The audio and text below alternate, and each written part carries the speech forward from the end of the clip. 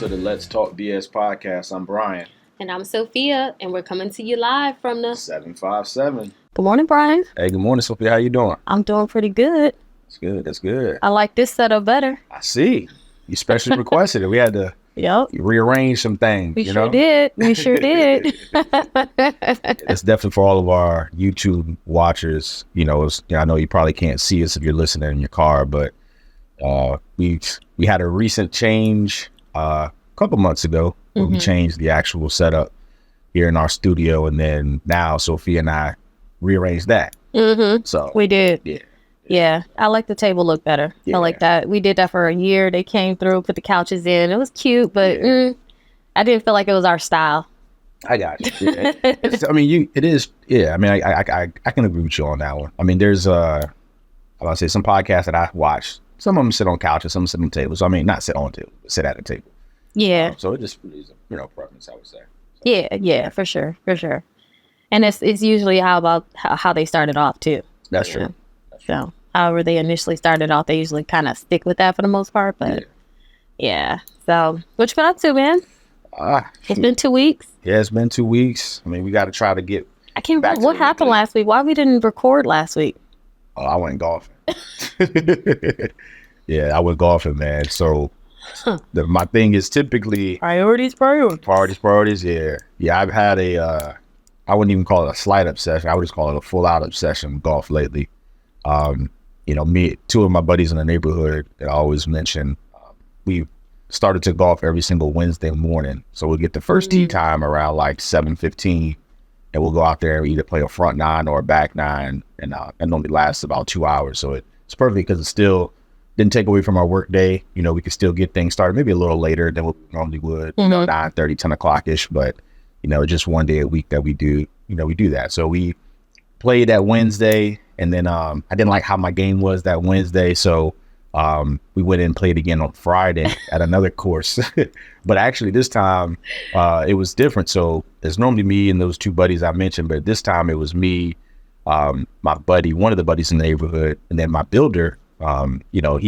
We always talk about golfing, and so he actually came out this time. And then my buddy who lives in the neighborhood, his friend who I've actually met before at his house, they came out. So it was good. We had a really good time. We played over at Red Wing National, which is in Virginia Beach. Crazy, funny story, I guess you could say. Not even a story, but just kind of connecting the dots. That I remember when Brooke and I got we had our first child. We took our pictures down at the beach, but we also took some more pictures in this forest area, and it's actually at that same place where the golf course is. They have some pretty nice setup there. So, yeah. Oh, okay. Yeah, bringing that full story. But yeah, we played golf last Friday, so that was on me while we didn't record. So I'm gonna try not to do that again. Try. Keywords try. My game's been getting better though, man. Beforehand I was shooting if I played a full 18, because this past Friday we played a full 18 and I shot I think it was a 102. So my goal is to try to consistently be under 100. I started off really well on the front nine, and the back nine I kind of didn't play the greatest, but my goal is to kind of consistently be under 100. So I was close. Normally around 105, 107. So 102 is pretty good for me. So. All right, then. Foreign language. I'm about to say, am I speaking? Do you understand anything I just said? Absolutely not. The closest thing that I have to golfing is when I first started at Atlantic Bay. Yeah. I got some advertisement at a golf course here in Chesapeake. Gotcha. And that was it. Yeah. I don't know. Actually, was it Virginia? No, it was Virginia Beach. Okay. Stumpy Lake. Yeah, Stumpy Lake. Yeah, that's Virginia Beach. That's right there on the line, though. Yeah. Yeah. And I do know that I was on the back nine. Okay. Yeah. So you were back nine. Means, just so you know, so you know what that means is there's 18 holes in golf. Yeah, I know. I know that. I know about the whole. Yeah, I know about that. My bad. Okay. Because I was trying to figure out where my advertisement was, so I had to learn quickly. Yeah. Yeah. So, yeah. That's the only thing I know about golf. Gotcha. Yeah. Yeah. So it's I'm actually already got a tee time on Monday with me and my dad. So me and my dad were talking. He's I was telling him about it last weekend. So yeah, he was like, son, we got to get out there again. I was like, all right. He's like, you can't get too good where it's not fun with me and you playing. I was like, all right, well, we got to get out there and get better together. So he was like, all right, so we're playing on Monday. So, yeah. Are you playing in the Atlantic Bay one? Yeah. Okay. Yeah. I'm playing the Atlantic Bay tournament. I think it's October 18th, if I'm not mistaken. It's like mid-October Oh, okay. at Virginia Beach National. So, yeah, that's where me and my dad are going to go play it on Monday as well. So you get some practice. Exactly. That was my thought process. I'm going to try to get, even though the tournament is kind of like a fun thing, it's not really looked at as too competitive. It's for charity, right? Yeah, for Rock Solid. Rock Solid, yeah. But I remember last year I got an award my team did for being in last place of the tournament. So the way they was laughing, I didn't go to it last year. I might come this year. I don't know. It really just depends. You should come. Yeah, I might come. Like I said, I think you should even just get. I mean, I can't play golf. But you mean there's people out there. Everybody can't play golf. I mean, there's a lot of people who can't play golf. No, I'm not gonna even embarrass myself like that. I'll come out and watch everybody at Atlantic Bay play. Okay. I'm not doing it. I'll get a golf cart. Golf cart, yeah. You know, you could be like a volunteer or something to help like do stuff like, because they'll have like last year, I remember there was a lot of Atlantic Bay people there that were just like at like there was like a specific hole where they were doing like games, right? So you had like a game where you had to hit the ball and try to make it into a cup. And if you did, you had to take a shot. You know what I mean? It's like little stuff like that they kind of make it fun along the way where it's just not like golf. I mean, you may be able to do something like that. I think that'll be We'll see. I don't even know if that's something.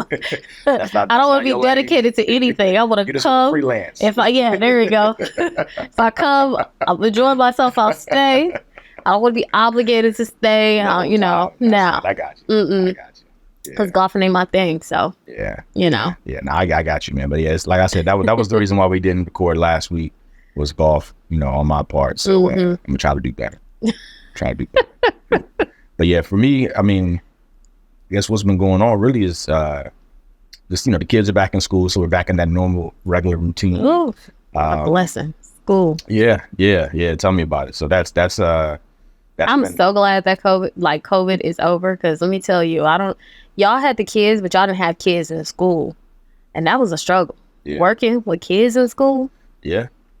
I had 2 and a baby, because Carter was only 1 at the time. Yeah. And I did it all. Yeah. And it was the crazy thing about it, that's how, like, I always say, like, the human mind is really, really powerful and crazy. And it's all about how you look at things, right? Because I remember when we were in COVID, like you said, I had 2 young kids, 2 kids under, age of 2 and a newborn. We had a COVID baby, right? Yeah. So, that was difficult, you know what I'm saying? But like, we got down to a routine where like we kind of knew what to do every single day. Obviously, kids are kids, they're gonna do stuff, so you got to react a lot, but we knew how to like divide and conquer, so we made it what it was, right? Oh yeah. But like, it's funny, like this summer, the kids, like they were in the summer program, and so like once they got out of the summer program, like literally when they were just home all day, that junk was so difficult. It was so difficult dealing with the kids and working and balancing all of that. You know what I'm saying? But we did it. Because back then you had a newborn, like you said. Newborns, all they do, all they do is sleep all day. I mean, realistically, a newborn? It depends. So it depends on their sleeping pattern. Because some babies, like, for instance, Sloan, she did it. She was like, now was like that, but Sloan was the opposite. So Sloan actually slept at night. But during the day, Sloan was up. You know what I mean? Now, don't get me wrong. She slept. She had naps and slept or whatever, like every baby does. But she was up. And so it required, like, Brooke and I would switch off like every 2 hours, and do things like that. So it just required you to be on attention. You know what I mean? Versus now, our kids now, they can play by themselves and don't really have to have us on attention. But still, even within that, they fight. Them being home, them being like just rowdy, loud, exactly like that. Yelling, that's what fighting. Exactly, and that's what I was saying. Like, it just with them being home, during the summer after the summer program was over, it made like that felt daunting, just them being home that short period of time versus we had like years of COVID where they were home every day, and it didn't, like, looking back, like it was difficult, but it really won't like that bad for it when you really think about it. You know what I'm saying? So yeah. So when COVID happened for me, I had a 5th grader, fifth going into the 6th grade. So basically transitioning from intermediate to middle school. Yeah, that's huge. Yeah. So she was going from having 1 teacher for the day to now 6 teachers. Yeah, core team. Yeah. Right. And then then I had someone who was going into kindergarten. Right? Yeah. Kindergarten or 1st grade. I can't remember. Yeah. No, it was kindergarten. Okay. 2020, right? Yeah, 2020 going into 2021. I guess depends. 20? No, probably because like- it would happen in March, so it was still. Yeah, she was. That was So still she was the in school year. daycare. Yeah. We took her out of daycare. She started kindergarten, I think, in that fall. Yeah. Yeah. Okay. Yeah, or first grade, one of the two. I can't remember, but she at the time she could read, of course, but it wasn't to the extent of her reading how to log into something or her reading how to register for something. Yeah. So her classes was like they would last like 45 minutes. You would have to log out, log back in, and it was like that all from 7 a.m. until 2 p.m. when her school let out. Gotcha. And imagine having to work and do that. And then on top of that, it was only so much that they can cover and so much attention that they could get Yeah. from a child that young. So Yeah. then we had to teach them the core stuff. So I had to teach her how to really read, how to do her spelling, how to learn all her sight words, how to do her math myself. So we literally, I'll be sitting there working on the loan and I'll look down and say, okay, pick out this word and show it to me and spell it. Like just as we're there. And then Carter's somewhere on the other side of me, 1 year old, just kind of like, mommy, mommy. Yeah. Yeah.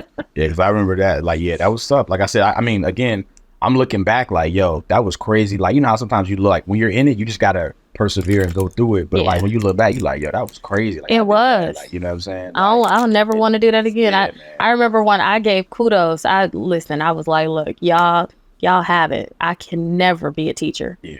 I ain't got it in me. I ain't built for it. Yeah, man. Yeah. Yeah. I was even like, I never That's was too able to much. be a teacher, man. No. Yeah. I don't have, and I got patience, but I don't have the patience to deal with other people's kids like that. That part. You know what I'm saying? It's like, it's my child, so I gotta kind of have the patience a little bit. I know that the word usage I just did was terrible right there. But yeah, like other people's children, like my temper would be a lot shorter. A lot shorter. Well, either that or you'll just be like, Whatever. Do what you want to do. Yeah. Whatever. And that's not right. Exactly. Whatever. But yeah, so golfing, I've been, like I said, have a slight obsession since the summer. We've been doing it pretty much weekly, sometimes twice a week. My son, he started football, which was really, really cool. He had his second game this past weekend, and he scored his first touchdown. Okay, Yeah, go so now. that was really dope. You know, it was it was funny because he had his first game, you know, obviously the week before, and he was just kind of out there looking a little lost. You know what I'm saying? And it's partly my fault because in the backyard we would like practice, but we were practicing like two-hand touch and, you know, some of the different nuances that they were doing, like he wasn't prepared for. So immediately after that game, you know how it is, parents, I would say, especially fathers out there, when you got your son, you want them to do the best that they can, you know, at least, you know, give them all the tools to be able to do the best that they can. Like, you know, he was up there tagging the kids versus pulling their flags because they're playing flag football. So I'm like, look, I ordered some flags literally that day. Ordered some flags on Amazon. They came like Monday. And then that whole week, every single day, we went outside, we were practicing pulling flags. I was showing him how to do it, showing him how to run away from kids. Because when he was running, he was looking back at the kids. So he wasn't running as fast as. So we practiced all of that. My boy, next game, went out there and scored a touchdown, man. So that was cool, man. That almost made me cry, man. It was a big thing. And my dad was cool because my dad came out and he was able to like see it as well, you know. And my son, he didn't even know that his pop was at the game. So, Do they practice or is it just games on Saturday? yeah, so they practice too. So they practice before the game. Oh, Kinda okay. similar. Okay. I think you had told Similar, me, yeah. like, That's how Carter. Yeah, That's how so- Carter was. Yeah, so they practice for 30 minutes and they play the game for about 45 minutes. Yeah. Yeah. I don't care for that because they say, oh, well, it's because you know their attention span. And I'm like, okay, we're gonna get them to practice for 30 and then another 45 all in one day. Yeah. Like that's a lot to Definitely. me. No, it's a lot. It's definitely different. Definitely not what I'm accustomed to. You know, I'm accustomed to the practicing throughout the week or practicing Yeah. just one day out the week. And then, At least one day, you know, give them a break. Yeah. And that way when they show up, you warm up and then you play. Yeah. But Yeah. that age group, that's what they do. Yeah. Yeah. So it was cool. Like I said, he scored. He was excited. And I remember because my son is 5 now. Like my dad was coaching me when I was 5. So me and my dad were kind of talking about like next year, coaching him, you know, in whatever sport he wants to play, if it's football, if it's basketball, whatever. So that was cool. And after that, we went to ODU's football game. So that was really, really cool as well. ODU played against Wake Forest, and sucks, man, because they were up 24-7, and then they ended up losing 27-24. They let Wake Forest come back in the fourth quarter, and Wake Forest was undefeated, still are undefeated now since they beat ODU. But it was a really, really good game. Shout out to Atlantic Bay. They hooked me and my family up with some really, really good tickets. We were right there in the end zone, lodge area. So that was really, really nice. And then my kids had a great time. They was dancing to all the music and everything, and just really enjoying themselves. And my son, like I said, he started to kind of have like a liking for football. So him being able to play a game and then literally 2 hours later go watch an actual college game, that was pretty dope. And also shout out to my boy Lewis. I know he's an avid listener. His nephew plays for ODU, and he scored 2 touchdowns. He was actually on ESPN. Nice. Yeah, he was on ESPN. So that was... He a freshman? Nah, he's a junior. Okay. He's a junior. Yeah, he's from this area as well, from Norfolk. Yeah. And he balled out that game. He did everything he could. He scored 2 touchdowns. The thing about it, he plays defense too. That's what the crazy part. He didn't even play offense. So, defense is not accustomed to scoring touchdowns. It's mainly offense, right? So he was able to catch an interception and return it back for a touchdown. And he also got returned the fumble for a touchdown. So, oh, wow. Yeah, that was pretty nice. That is I was on the texting Lewis. He was like, I'm watching it on TV. Yeah. So that was pretty, really cool as well. But the week before, I took Carter to a football game. No, Carter and Amaya. Jada didn't want to go. She was like, I don't like football. So she stayed home with her dad. But me, Carter, and Maya, we went to a high school football game. We went to, what was it? Oscar Smith and Great Bridge, I think it was. Yeah, I think those were the two. Chesapeake. Oh, they did. Yeah. Horribly. Yeah. And then the very next day, we took them to Battle of the Bay, Norfolk State versus Hampton. Oh, yeah. And that was probably dope, right? Yeah, it was real cool. And like my daughter, she used to play trumpet, so she was like really interested in the band. So she was like, oh my gosh, like Friday night she saw the band play. She was like, oh, they're good. And, college level the very next day, she was like, whoa. They jumped right. Yeah. And right, because she's a freshman in high school too now. Yeah, so she's a freshman. But she gave up. She said she didn't want to do band because she didn't want to be on the field, and she also didn't want, I think there's another portion to it that she didn't want to do, so she just gave it up. I was like, oh, okay. Gotcha. But I talked to my youngest daughter. I was like, well, what do you want to do? And she was like, I think I want to play violin. I was like, oh, okay. I didn't think that she would. I take her for like a flute player. Okay.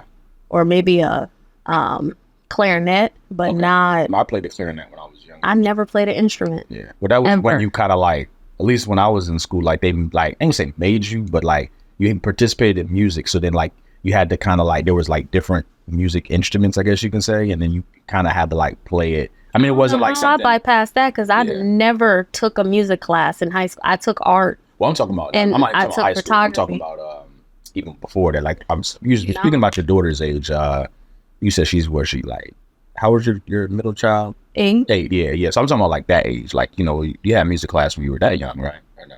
Yeah, but we didn't get instruments. Oh, you didn't? Yeah. We had to. So she's in 3rd grade. She's not going to get instruments until 5th and 6th grade. Gotcha. Yeah, well, I was in College Park Elementary, so I can't remember what grade, 3rd, 4th, or 5th, but I know we had to take music class, and then they would actually like, depending on if you wanted to play the clarinet or play whatever, and then we actually were able to like rent the instruments and like practice at home because we had like a performance, I guess, a concert or something like that. So, okay. Yeah. She said violin though, so I was like, all right, we'll see. Once she is in a classroom where there's options, she's the type of person that likes to browse and see what she likes. So she'll literally pick up each instrument and like check it out and see if she likes it. I can't stand shopping with her. That's a woman. That's a woman shopping. Listen, I'm a woman and I don't do that. Like I'm not. When I go to the store, I go to the store for a purpose. Yeah, I'll look around and remember like, oh, I need toilet paper. Oh, I forgot I needed that. But to go and to just like look at something and just really examine each one until I have an understanding as to what I want, I'm not that kind of shopper. Yeah, I used to dread having to go shopping with my mother. So that's how she is, man. She would like, I know how people even do to this day, like now, because, online shopping is kind of taking the world about sports Yeah. over the last 15 Yeah. years. So So convenient. yeah. So I mean, that's typically how I do everything. But like, I remember my mother used to like go get stuff. Like we'd be in the like store shopping, like even for clothes, and she would get stuff, try it on, put it in her no. cart, and then like ride around, like go around, look at the stuff, and say, "Oh, I like this better." Put that back on. Try like it was like a whole thing. And I'm like, "Yo, this is ridiculous." So I even I be seeing Brooke. She does it sometimes, or not sometimes, all the time. But like, where she'll go online when she's online shopping, she'll put a whole bunch of stuff in her cart, and then she'll like kind of like sift through. Okay, hey, what am I actually going to end up buying? Like, Oh, okay. I do that when Yeah. it comes to online shopping, Yeah. just so I can remember it. Yeah. Because what happens is with online shopping, right? If you go through and let's say this website has like 50 pages of whatever it is. Yeah. So you put it in your cart, so then that way you don't have to, if you Go already back to got the to 30, the 30th go back page, to you don't page got to go 12. to Yeah. figure it out. So you put it in your cart. That's the way you like filter so you can go back to it easily. Yeah, that makes sense. I know she always gets on me because for me, what I will always do, if I see something I like, I just like how I shop is like if I'm looking for something and I see it and meets my needs, I just go ahead and like I say, okay, that's what I want. Versus like some people, like what she does is she'll like look at everything, like you said, put everything in her cart, and then she'll go back and then kind of make it sift through, make a decision. Like I don't do that. I just like if it meets my needs, I go ahead. I don't have to go through all 30 pages. Oh yeah, no. That's See, I know that's kind of yeah, it's a science for me. Yeah. I look at the material. I look at like what percentage material is being used for. Oh, wow. Yeah, Yeah. because I want to know how it's gonna feel too, not just how it looks. But Yeah. that's just me. Awesome. But since then, I mean, like I said, we went to football too, and then last week, actually, Maya had a tournament, a volleyball tournament at it's called Endless Summer in the oceanfront at the Virginia Beach Sports Center on 19th. Yeah. And I guess it was all the high schools in the area, including like some of North Carolina, because we border really North Carolina. And we walked in there, and I don't think I've ever seen the Virginia Beach Sports Center so packed, because we used to do TBA. So obviously we frequent that location often. We were there a couple times a week. But that Saturday, oh my gosh, it was so many people. There wasn't a court that was open Oh, wow. for anything. I miss Yeah, it those was days, man. I like both those sides, tournament both. days. Yeah. So That's what's up. that particular Saturday, she had to be at her high school that morning at like 6 a.m. So I dropped her off, and then I met them in Virginia Beach, and I literally stayed at the tournament from like 9 a.m. until it was over at 5 something. It was wow. crazy. Yeah. Okay. It was like a job. Yeah. It's like, man, I ain't worked a 9 to 5 and I don't know how long. Right. But it was cool. It was really cool. She had fun. They lost almost every game. I was about to ask you, how did they do? Oh man, listen, they lost almost every game. Dang. But this past Wednesday, Maya played, and on the second set, she aced like 14 points in a row, Wow. and you got to get to 25. So she was carrying the squad. Then. That's what that sounded like. She was That carrying the game, squad. that particular game, she Yeah, did. that's what's up. Yeah, Did they end up winning it? I'm assuming they won. right? Okay. Yeah. All right, Yeah. Cool. They won that night. I was like, okay, That's what's up. yeah, boosted her confidence up a little bit. Yeah. She's playing JV, I think you said, right? Yeah, she Okay. plays That's JV. what's up. Yeah, That's but what's up. it was funny because her coach, she went to Jackson State, I think, Oh, word. Okay. and she received HBCU. mhm, she received the volleyball Hall of Fame. So she wasn't actually coaching this week. Okay. She was down south, and so That's the Mississippi, coach, Mississippi. yeah, and so the varsity coach stood in, and so Maya did all that stuff in front of For them. the varsity coach? Yeah. Oh, word. I was She like, probably gonna move oh, up you there. showing out? Yeah, they're gonna probably try to move her up before the end of the season, because I know that the JV season, I think, end before the varsity season do. That's typically how it was. I don't know how volleyball is. Yeah, I mean, hopefully they do. I can cool. see with as long as Maya stop getting in her head, Do you know how the varsity's doing? Are they doing well? I don't know. Okay. Mm-mm, we don't stay. Don't say for those games. Okay. They try to encourage them to stay and stuff like that, but I'd be like, look, It's time to go. it's time to go. And most of the time, I got the two little ones with me. They don't want to be there anyway, Yeah. or they do want to be there, but they want to go to the concession stand every 2 minutes. And I'm like literally Carter has associated the school with the concession stand because no, look, I'm gonna say something. Let you finish. I'm gonna let you show what my son does. Go ahead. because every time we get to the school to pick up Maya, he's like, "Can we go outside and get a snack?" And I'm like, "It's not game day. It's just practice." Yo, that's hilarious. So what usually happens is I pick up him and then go get Maya. And Every time you pull up in front of the school, you like, yo, that's the snack place. That's the snack lady house.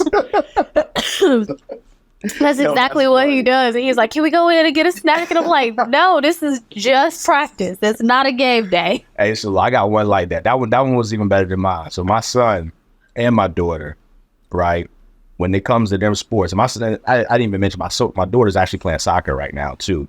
But she out there kind of just like not really feeling it. She's a girly girl. She does ballet and she does gymnastics. I think those are going to be her two things that she really likes to do. But wait, don't cut her short though, because the first year that Jada did soccer, she hated it. Mm-hmm. The second time she did it, because it was in her mind like, I've done this before, mm-hmm. and she killed it. Oh yeah, I'm not.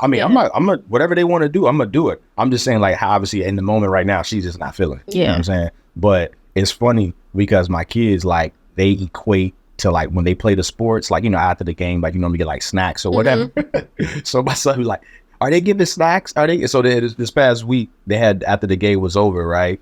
Like, there was nobody like did any snacks or whatever, and so he was so butthurt. He was like, "Oh, they're not. Nobody brought snacks, Dad. Where are they at?" Oh, like. And so it's just funny, like, so all the sports they ever played, there's always like, you know, you get a Gatorade or a juice and like a something like that. Yeah. So it's just so funny, like, they like look forward to that, like that. They look forward to that part more than the actual game itself. Listen, Carter has played basketball before, man, and you know how some parents they bring in like if let's say, for example, the snack is chips, and so they'll just bring the whole box type of thing. Yeah, that's me. And so, yeah. It's our turn. Yeah. So then what happens is, for kids in that age group, they see the box. And Carter has literally been playing basketball. They run up and down and lock in and see the chips. And he like... That game don't matter no more. he look at me like, "It's snacks."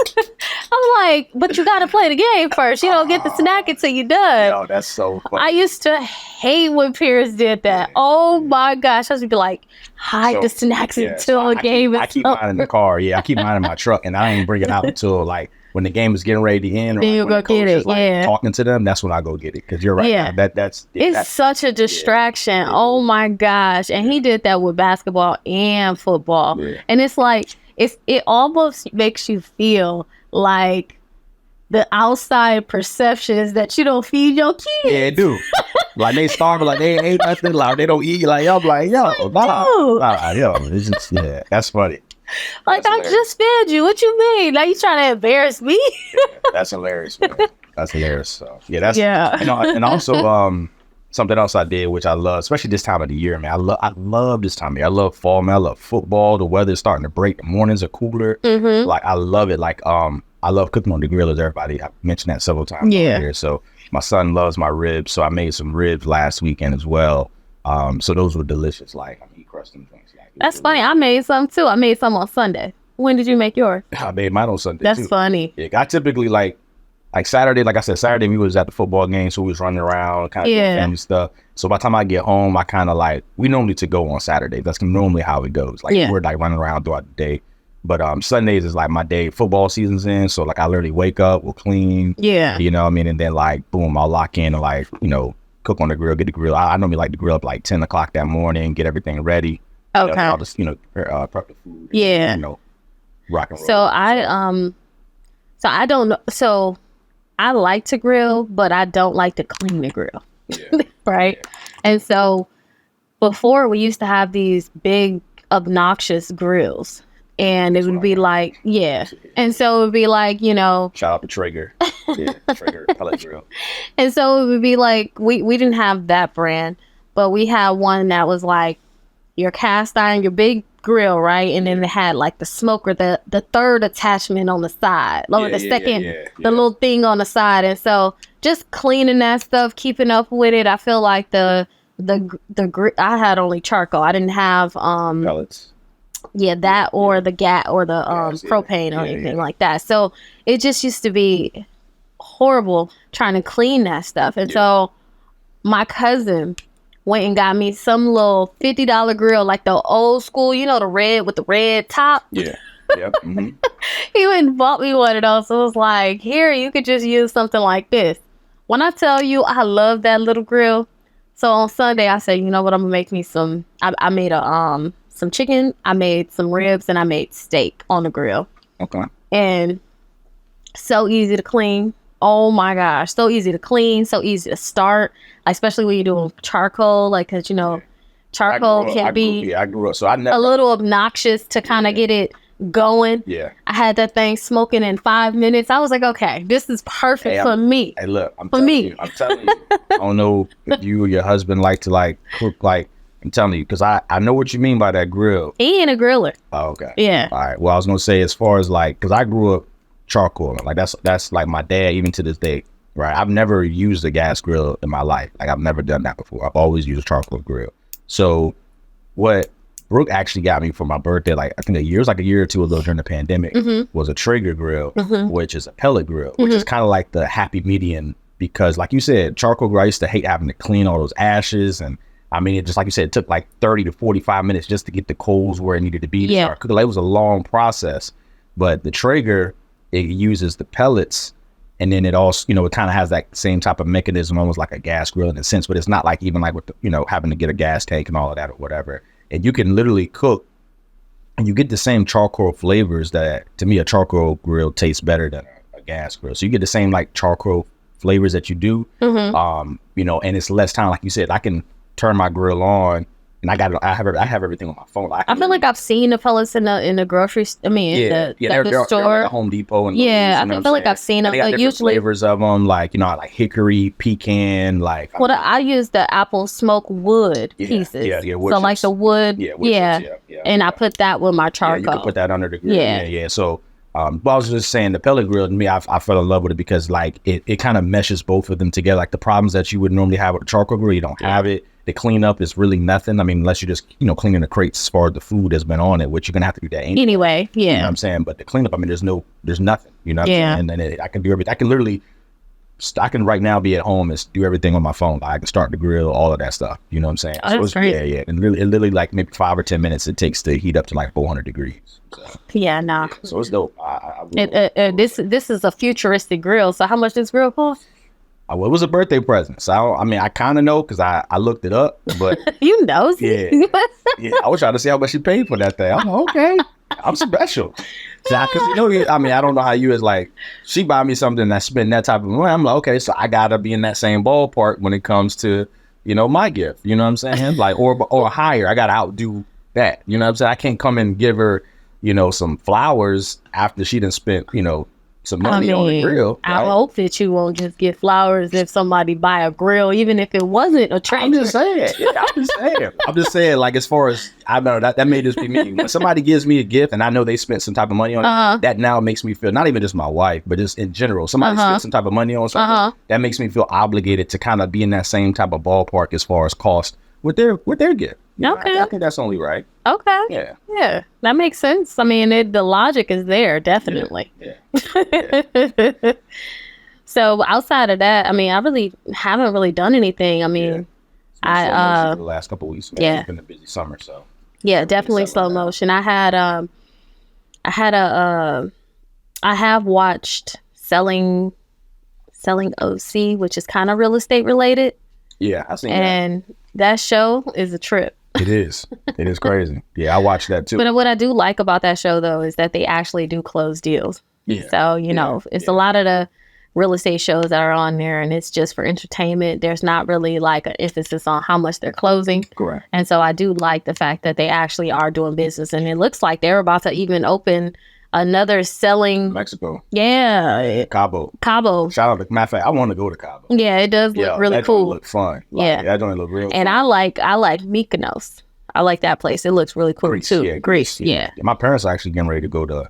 They're not going there, but they're going to Athens and they're going to another part of Greece. I can't remember. They told me. But Yeah. they're going to Greece in, next month in October. Okay. So, yeah.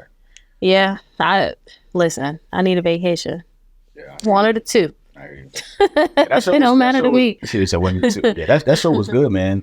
It was. Yeah, Brooke and I think we finished it in like it's like 8 or 9 episodes. We finished like in like 2 days, 2-3 days. You know. But see, that's the thing though. The episodes are only like what 30, 20 minutes. Yeah, like 30 minutes, I think, or something. Yeah. It says 30, but don't they got like commercials and stuff? I feel like or something. I think it ends up only being like 20 minutes. Yeah. Because they go by so fast. That's how you can get through them so fast. Yeah. We literally locked in and watched it in 2 days, like over a weekend, I think, or maybe like Sunday, Monday, or something. But yeah, I like the show too, man. I was I seen all of those like selling whatever. I pretty much watched all of them. And I honestly, for me, one of the reasons I watch it is because I don't really like drama stuff, and that's like what they do is a lot of drama filled stuff. But like you said, I like the houses. Like I've always wanted to like either own one of those houses like that they have out there in Cali, or Airbnb, or Airbnb one, or just even like maybe like short term, maybe go out there for a month and just kind of like rent it for a month or something like that. I've always just liked the architecture of those types of houses out there. Yeah, it is pretty cool. I ain't gonna lie to you. Yeah. You see those houses and you just like, man, goals. Those are major goals. Like the people who buy those houses, if you ever really listen to like the show, like people are buying those houses cash too. You're not really ever hearing about like finance and stuff like that. Like these people are actually like buying the house straight up as cash. Correct. Yeah. And inspiration, man.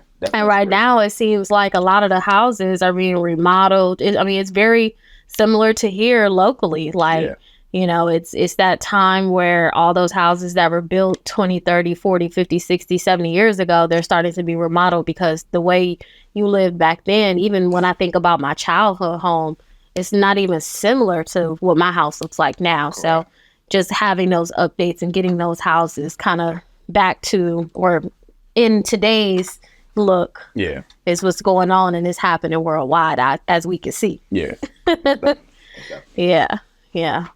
But all right, guys, so last week we were not able to do Exercise Your Knowledge. It had been so long since we have been on air with you guys that we just kind of freestyled it. But now we're back. And today's Exercise Your Knowledge question is, if you are self-employed, what is used to calculate your income? I think that's a great question. I feel like we've touched on this before. So I feel like most of you who follow us, you should be able to answer this question right away. Yeah. But for all the people who are coming that are new, we will reveal the answer later on in the segment. Yeah. Something that prompted us to even bring this up is I actually, right before we started recording this podcast this morning, I had a buyer come by that I'm helping that's closing next month. And she's self-employed. She does hair. She's in cosmetology. And, you know, there were things that she didn't know that we needed. And that kind of prompted this question, you know. Yeah. So I think it's a good one. All right. So today's topic is going to be, it's going to be a little bit all over the place, right? We're going to touch on a couple different things that we've seen that happen in the industry here in the last few months, topics that have been brought up, things that have happened. And, you know, obviously we're going to give our opinion. Yeah.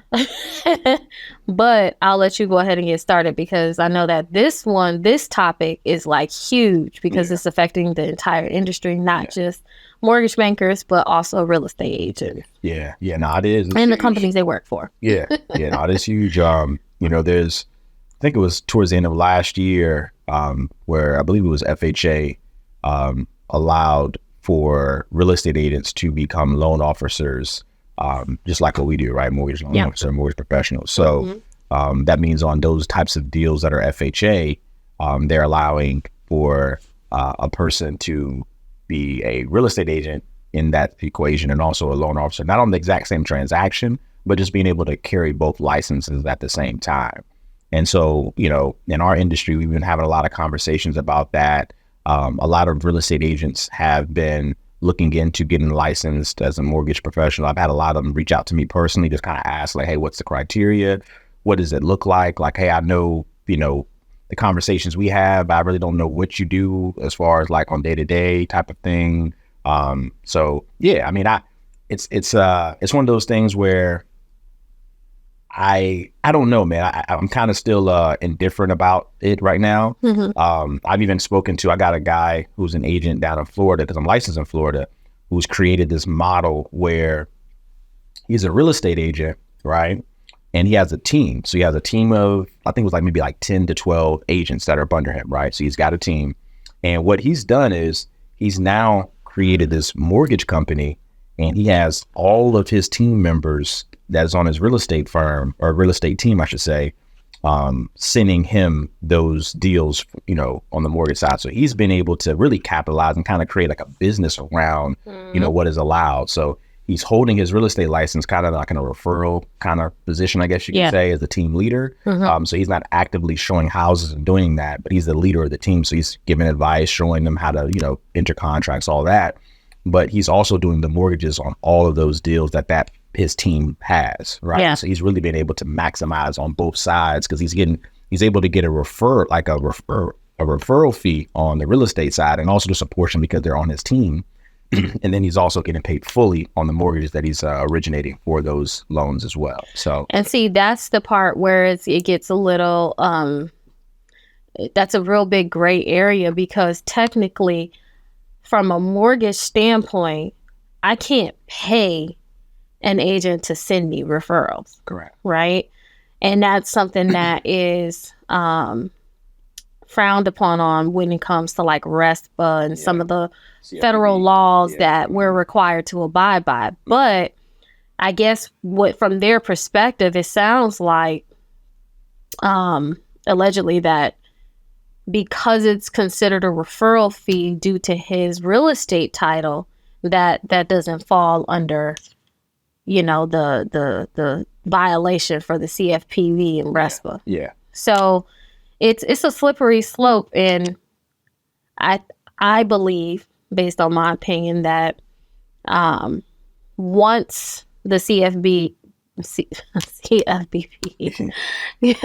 gets wind of what's going on, and it becomes a situation where you're steering people to a particular person for a fee, that it's going to be an issue. And all of those mortgage companies, all of those mortgage individuals will be fined individually. Yeah. And that's the part that they don't probably quite understand. Yeah. Because if something happens, it's not only the company that you work for that can be penalized. The individual can be penalized as well, as far as the mortgage side goes. Yeah. I know that, sometimes it's a little, real estate agents, their rules and what they can do is a little bit more flexible than what we can do. Yeah. So, but from the perspective of what they're doing, I don't feel comfortable picking up a real estate license and working both sides of the deal. Like, I'm not going to be your agent and your loan officer, because if something goes wrong, then what? Yeah. Agents already have something in place currently to this day that they're having issues with, and that's when a person represents both the buyer and the seller. Yeah.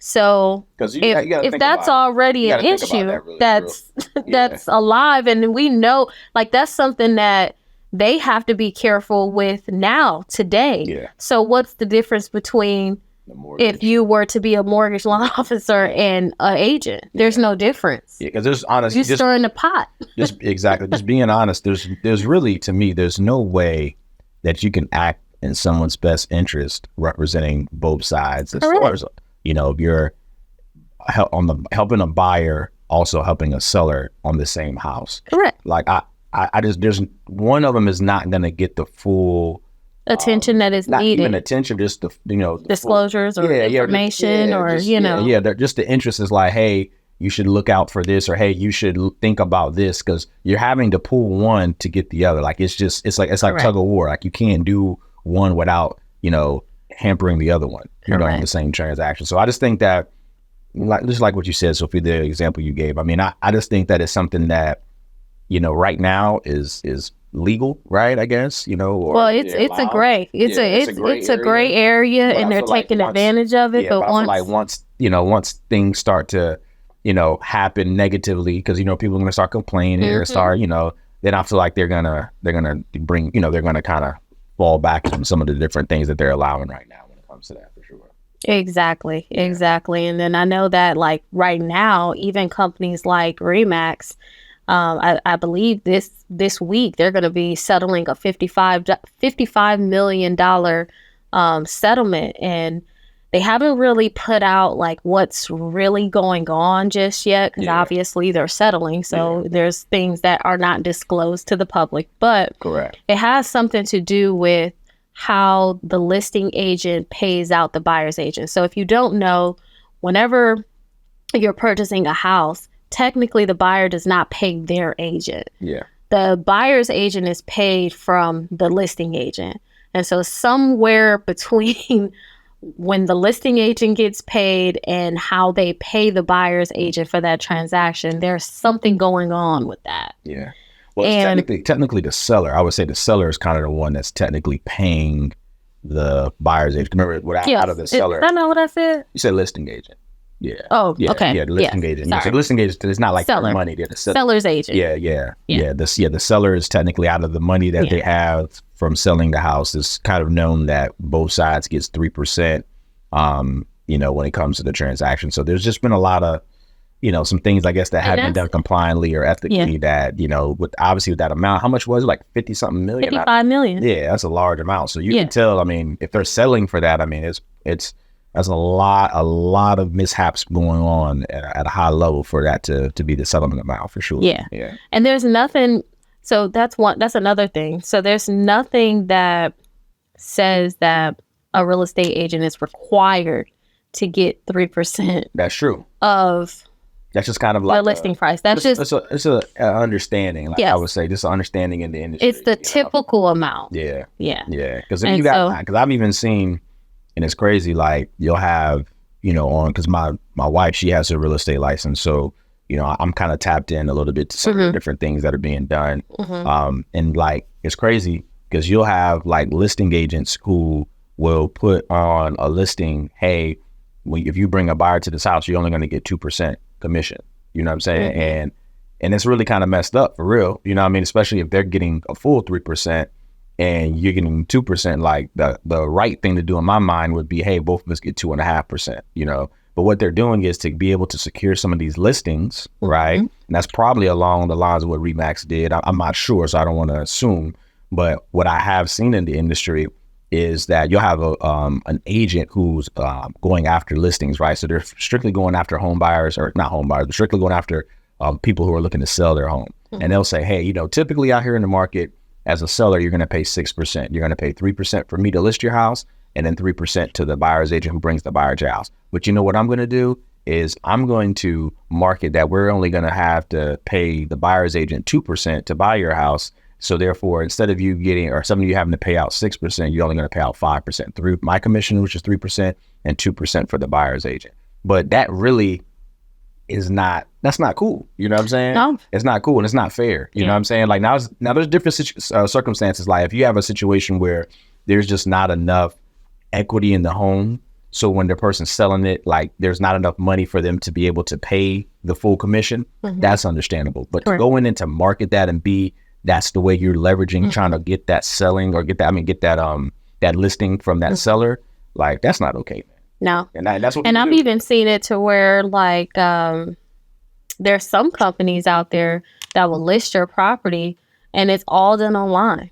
Yeah. And they'll say that they're not paying a certain amount towards the buyer, or they'll market themselves to be really, really low. We don't know. This is all, just what we outside looking in. But what has come up though, and because of this type of settlement and the information that we do know, I do know that has brought up the idea of a buyer paying the fees for their agent possibly in the future.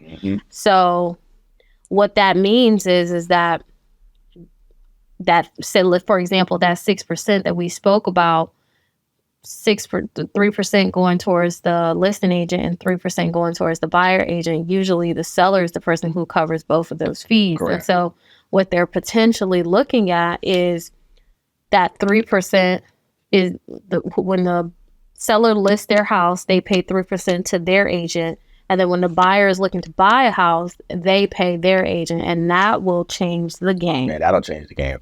Like, yes. we look, Sophia, I know we can speak to this. We dealing with buyers who don't have the money for nothing to even buy the house just on yes. GP. I'm talking about situations where the seller's paying all your closing costs, yep. their own closing costs, yep. all the agent's fees, and all they really got to do is just, show that they got $1 to their name and it's not negative each one. We have difficulties with that with a lot of first-time home buyers. So, so now you're talking about them trying to have to pay potentially their own closing costs, which could be about $9,000 at your average price point. Yep. And then now having to pay maybe an additional $9,000 on top of any down payment requirements or whatever. Like, yep.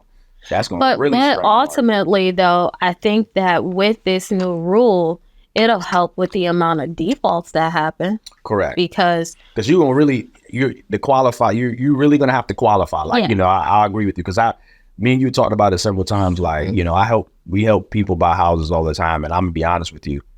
I feel like the gatekeeper, the way to buy a house is not very difficult. No, like the criteria as far as what you need and all that. It's very lenient. It's very lenient. So I feel like if they were to do something like this, then this would definitely strengthen that buyer that's buying a house, and so therefore the likelihood of them defaulting is very, very low.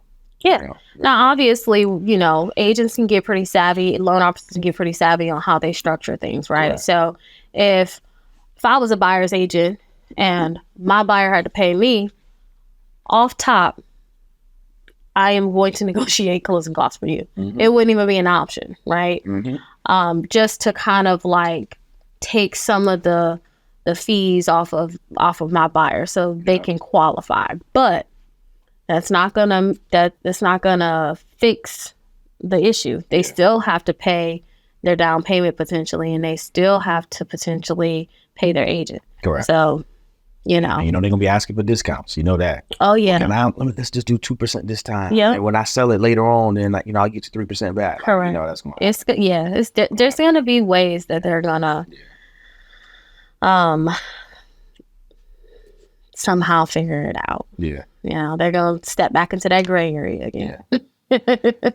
Yeah. So another thing I wanted to talk about today is home equity line of credits, or HELOCs. That's kind of the abbreviated term that most people are familiar with. Yeah. And I think HELOCs are something that are very, very useful for folks who, who purchased a home and have a home and are looking to utilize money maybe for another investment. Right? Yeah. Because the good thing about a HELOC is typically when you do a HELOC, the monthly obligation that you have towards the paying the money back is you don't have to pay the principal back because it's technically your money. It's the equity you have in your home. So all you're really having to pay back is the interest on that money that you're utilizing. Mm-hmm. Right. So that's something that I've even done myself. We've got HELOCs on properties where we've used that money to leverage to buy another property, mm-hmm. right? Instead of utilizing, the money I've saved from my job that I'm working, mm-hmm. I can utilize the money that my property has earned. Correct. And just grow my, my portfolio that way. Yeah. So that's something I just want to kind of touch on. I think a lot of people have shied away from doing it or don't necessarily know that that's how it works. They're thinking like, hey, my payment's going to be this high number, and that's why I don't want to, tap into the equity that I potentially have in my home. Mm-hmm. So, obviously right now we've helped a lot of people do refinancing because of the amount of debt that folks are having right now with where we are in our economy. Yeah. Another alternative, is potentially to do a HELOC. And I always tell people, I you gotta look at the numbers. Yeah, you gotta look at the numbers. And it has to make sense. If you're looking to grow, I was gonna say for HELOCs, I would utilize HELOCs for like growing your investments, right? I wouldn't necessarily use a HELOC for like trying to debt consolidate. Like that's not normally how I would try to do it. I don't think that's really the smart way to go. Now you can do that mm-hmm. if you're in a jam or you're in a situation where you're just like dire need. But I feel that HELOCs are typically there just to utilize the equity and leverage your equity in the home that you own. that you be Correct. diligent on to, buy something else that's an investment. It doesn't have to be another property. It could be, hey, if you wanted to start a business, hey, you found something that you wanted to get into, you can utilize the equity from that home to be able to do that. So, Yes. yeah. Yeah. And that brings us to the next point of like, when you get the HELOC or when you get any type of loan product, whether it's a mortgage, whether it's you're looking at refi, let your mortgage banker, loan officer, whomever you're working with, let them know what you're looking to do. Yeah. Because we've recently experienced some files where people aren't the most truthful up front, and it only causes things to fall apart later. Yeah. So if you know something's going on, we're going to uncover it. If you, it's so many different things. Like if you lie about your income, we're going to find out that that's not your income. Yeah. Like I know that some things you don't really know you're doing it. Like for example, I talked to someone yesterday. I asked her, are you full-time? Do you work 40 hours a week? And she was like, yeah, I work 40 hours a week. I get her pay stub and it was like 79 hours every 2 weeks. And usually full-time, 40 hours a week, it adds up to 80. And so she was almost there, right? But from the eye and from us, the lender, that ain't the same. That's it. We have to calculate those incomes 2 different ways. So just trying your best to be as truthful as possible up front will cause less headache in the end, because when things start falling apart and you 2-3 weeks in, then it doesn't end well sometimes. Obviously we try our best to make things still happen, because at the end of the day, we don't want you to be homeless. You don't want you to be homeless. But you always have to be as upfront as possible, tell the truth as much as you can. I know you recently had some issues with income and just like Sophia said, just being truthful about your income, or just honestly, just being full disclosure. Like that's all that's a good one. That's the big, because I feel like, there's information that we would probably need to know, that could change the direction of how we're going about things. But you're feeling that could also be detrimental to you potentially buying that home, so you withhold it, and that can, like Sophia just said, it can only hurt the situation. And then if there's something that that we should know, which we need to know everything, right? So I'm just gonna put that out there, everything. Then let us know, so we know how to maneuver it. We can try to get in front of it, try to be able to best maneuver that situation versus being reactive and always having to try to scramble. And it just causes a lot of stress that really doesn't necessarily need to be done in that process. So once you've been pre-approved, it shouldn't be a stressful process from that point. It should be a situation where, hey, I'm looking to try to buy a home that's within that price point that I'm pre-approved for. Obviously there's things that come up, but it shouldn't be like the things that we should have already known before you're pre-approved. Correct. Like your income and your what you are to your current employer and all that. That should be stuff that we should know up front. You said, I had a situation where, a person had recently owned a company, but now was an employee to that company. And so that was something that, for me, hey, if I'm buying a house and I used to own that company, I'm going to probably let the person know, hey, I used to own the company, but I don't now. And so later on we find it out, and that just kind of brings us to be suspicious about what's going on. Correct. So then therefore that just allows us, or not allows us, but that just has us kind of looking at things in a different way, right? Those in our world are called red flags. Yeah, red flags. You know how sometimes when you guys are in relationships and you see red flags and we ignore them? Yeah.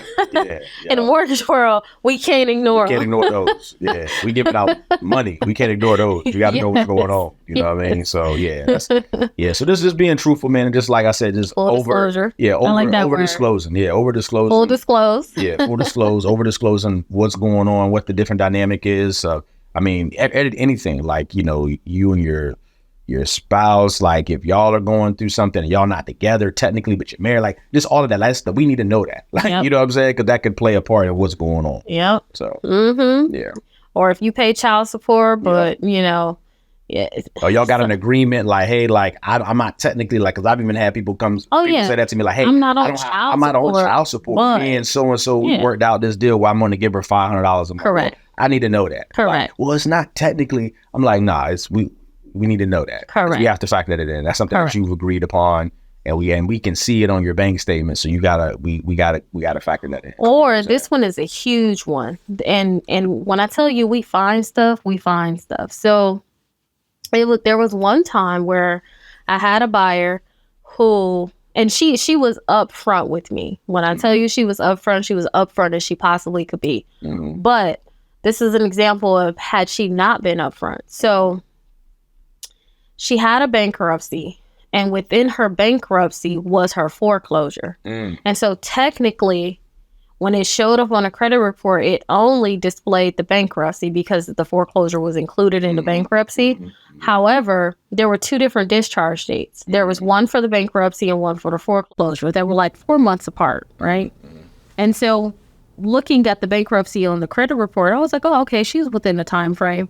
But after we ran what's called a fraud report, we then discovered that the foreclosure itself didn't close out and dismiss until 4 months later. So that just put an additional 4 months on that time frame that we had to wait in order to move forward with approval. Yeah. Now, my buyer was up front. She told me everything, so it was a little bit easier. I knew going in what I needed to find out because she couldn't tell me like what date it was, but she was able to tell me like, hey, there's going to be something that pops up that you're not going to be able to see. Yeah. You know? Yeah. And she basically told me like, hey, my foreclosure was included in my bankruptcy. So then that gave me a second like set of eyes. It basically made me look for something that otherwise I wouldn't have looked for. Yeah. You know? Yeah. And so it just helped the situation. So we were able to close like, you know, on time. We didn't have any issues. There weren't any hiccups. We were cleared to close 2 weeks before we even needed to actually close, but it was just such a great help. So full disclosure, letting your loan officer or your banker know upfront what's going on, because I'm telling you, if we have to start peeling back the layers and it's lie after lie, those are red flags. Yeah. And mortgage companies do not do well with red flags. Correct. That is 100% accurate. That's right. That's right. All right, guys. So earlier in the segment, we asked you guys a mortgage related question, and we gave you some time to go ahead and sit on the answer. But now we're going to go ahead and reveal what that answer is. So the question earlier was, if you are self-employed, what is used to calculate your income? Do you guys know? Drum roll, kind of, sort of. Yep. Boom, boom, boom, boom, boom, boom. What's Cardi B's new song? Boom. She. What, Megan Thee Stallion? Yeah. Okay. She beat the boom, dun dun dun. Okay. Dun dun dun dun dun dun. Okay. Matter of fact, real quick too. Yeah, I might be gonna go there, but okay. Yeah. What? Yeah, I was gonna say Diddy's album is really, really good. I don't know if you're out there. Listen, Diddy's album is good. Like, you gotta check that joint out. That joint is like really, really good. It's like a compilation album with like a whole bunch of different R&B acts. That joint's good. Have you checked it out yet or no? Yeah, let's check it out. It's good. All right, but yeah, the answer to the question is we look at your last 2 years of tax returns and whatever that net income is, we average those, right? So if you made, $60,000 in 2022 net, and then you made $40,000 in 2021 net, then the average for those 2 years is $50,000, and then that's what we use for qualifying. And what we also do though is wait, back up. What's the difference between gross and net?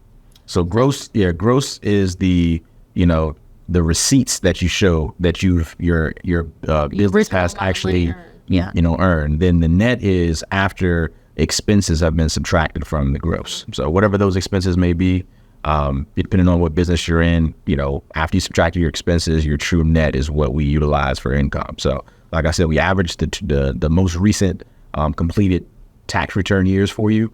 And typically, like right now, we're about 3/4 done in 2023. We will we also have to get a profit and loss statement for you as well to kind of show where you're tracking for this year as well, because we don't want to qualify you based on 2022 and 2021 income average and then in 2023 you're showing you're projecting to make half of what you did those previous years, because then that's going to kind of cause us concern lending based on what you did the previous year. So if your business is on pace to make what it was the previous years, or on pace to make more, then that'll be fine, when it comes to the qualifying aspect of it. But that's what we utilize is the last 2 completed years of tax returns. And I know that some of you are like, well, why do y'all do that? Why do y'all, wait until after we deduct your expenses? Yeah. Well, the reason why we do that is because with gross or W-2 wage earners, the employer does it for them. Correct. So your employer is taking out your health care, taking out your money that you contribute towards Social Security, taking out a certain portion of taxes. They're not always accurate when it comes to how much they're taking out, but they're doing it for you. So at the end of the year, they're automatically paying the IRS on your behalf. And then there may be a situation where you get a refund, or there may be a situation where you just owe a small portion. But when you're self-employed, there is no one who is doing that for you.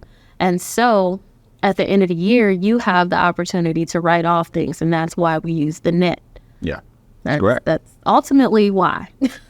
straight up and down. That's right. Right. All right. So what's upcoming? I mean, this storm? Yeah.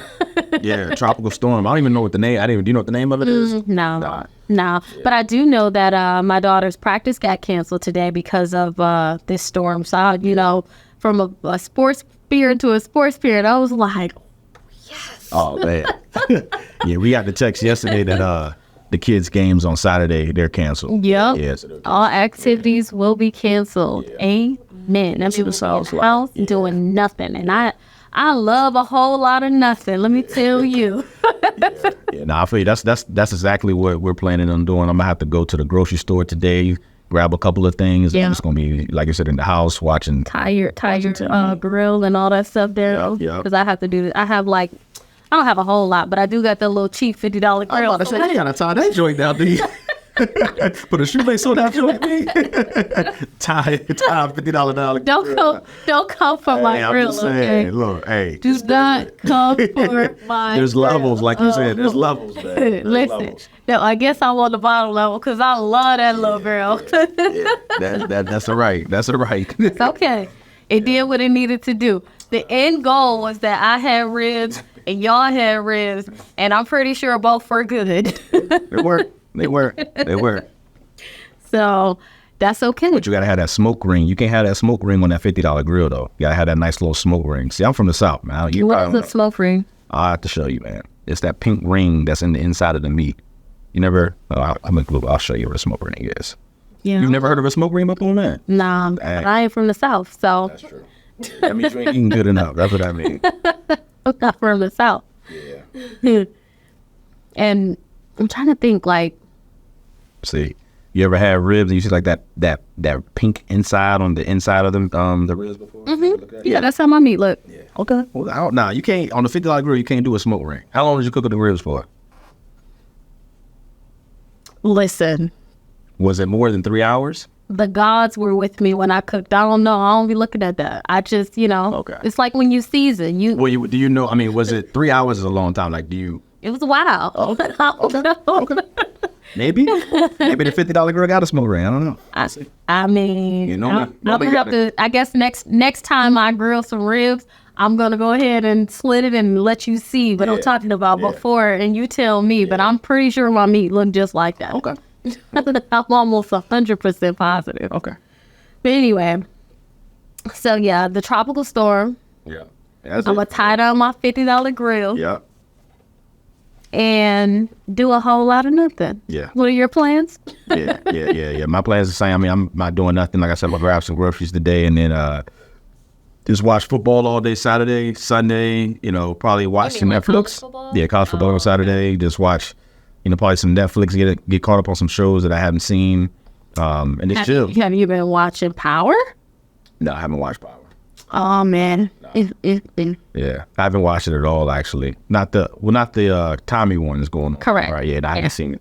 It's probably That's my favorite. I mean, it's favorite. that one, then that's my Tariq, second favorite. I like the Tariq one. and then the last one is the 50 Cent one. That one's all right to me. Watch that one. Yeah, that was all right. But for me, right, the reason why I stay watching that one is because that's going to build up to the point when 50 and Tommy meet Gotcha. eventually. I mean, it has to, right? You would think so. Yeah, for sure.